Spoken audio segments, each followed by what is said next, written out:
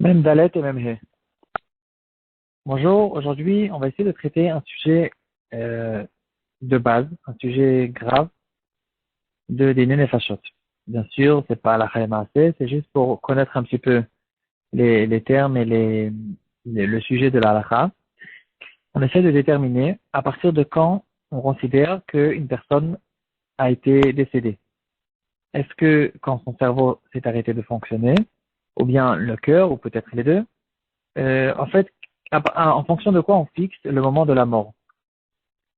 On commence un nouveau sujet notre nouveau péril qui va traiter longuement la halachot de Egla Arufa, une mitzvah qui a été ramenée dans Chumash Varim. Et la mitzvah consiste à dire que si on trouve quelqu'un qui est mort entre deux villes, on va mesurer quelle est la ville la plus proche, et puis les chachamim de cette ville, les Sanhedrin, vont sortir vers cet endroit. Ils vont tuer là-bas une, un veau femelle, et ils vont dire certains psukim pour faire une kapara sur cette histoire tragédique. Une mitzvah de la Torah, on va voir en long et en large, c'est halachot. En tout cas, dans la, dans la Mishnah, on va voir, dans la même Mudbet, une marloquette entre Rabbi Akiva et Chachamim, à savoir comment exactement mesurer la distance qu'il y a entre la ville et le cadavre. Rabbi Akiva, il pense que quand on veut mesurer cette distance, alors on doit mesurer à partir du nez de cette personne, pas à partir d'autres endroits du corps.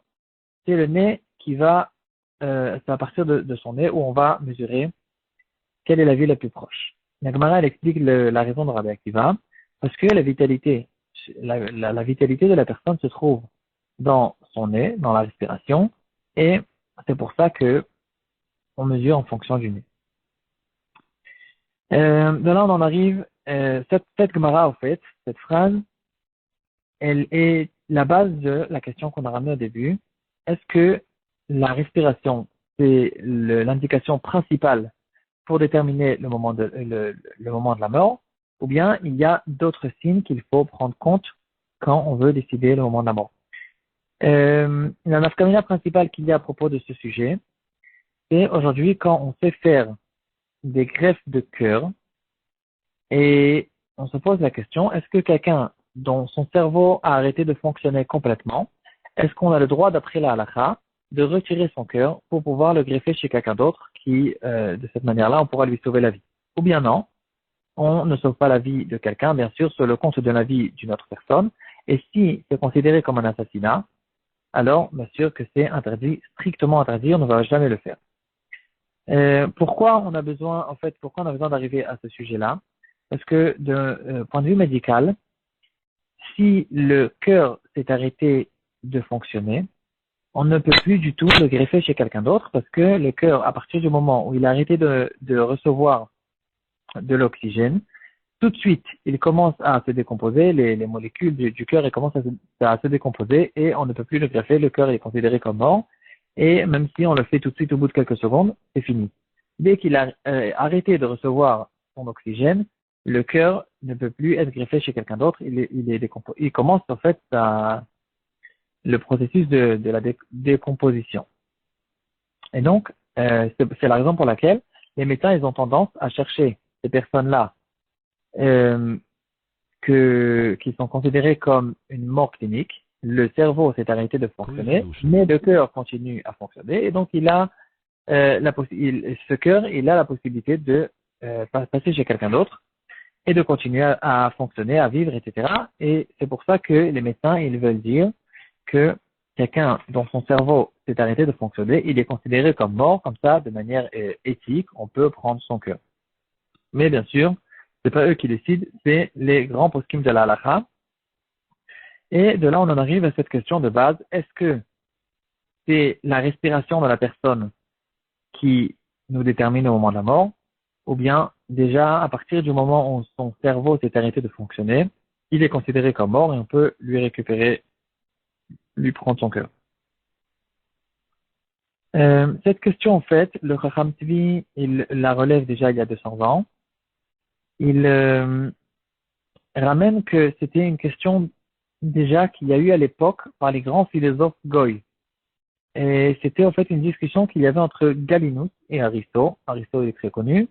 Et Galinus, il pensait que la vitalité de la personne se trouve dans le cerveau. Et il a ramené une preuve pour son avis de quelqu'un qui a retiré le cœur d'un singe et le cœur a continué à bouger et à sauter pendant 12 heures.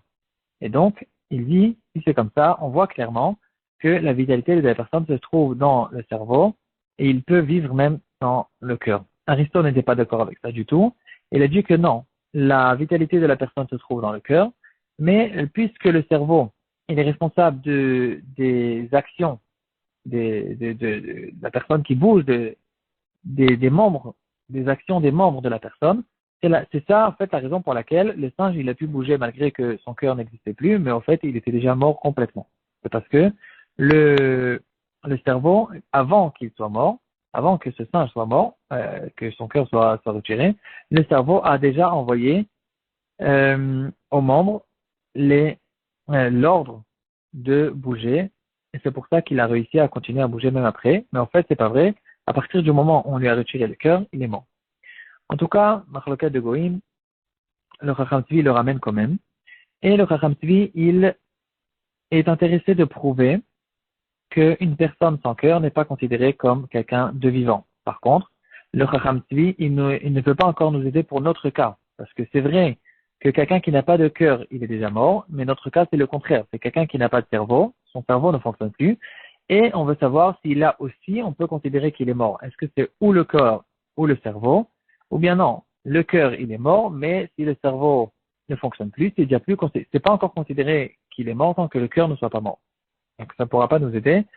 Dans le cas, on veut greffer la personne, le cœur d'une personne dont son cerveau est arrêté de fonctionner, parce que puisque son cœur continue à fonctionner, alors peut-être qu'il est considéré comme vivant.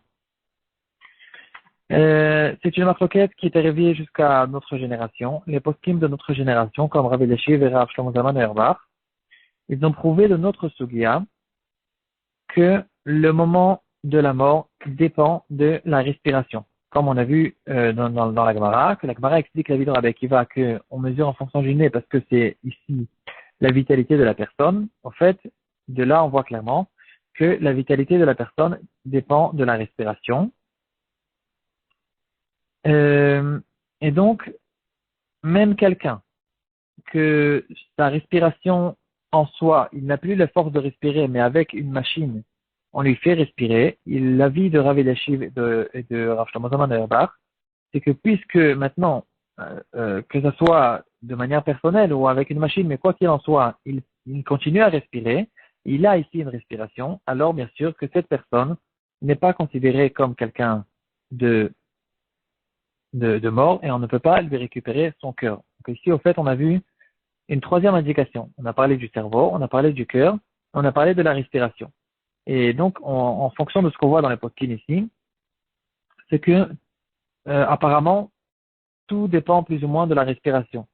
Peut-être qu'il y a peut-être d'autres conditions, qu'il faut aussi le cerveau et le cœur, ou un des deux. En tout cas, on voit que l'indication principale, c'est la respiration. Et le Yigrod Moshe aussi en parle.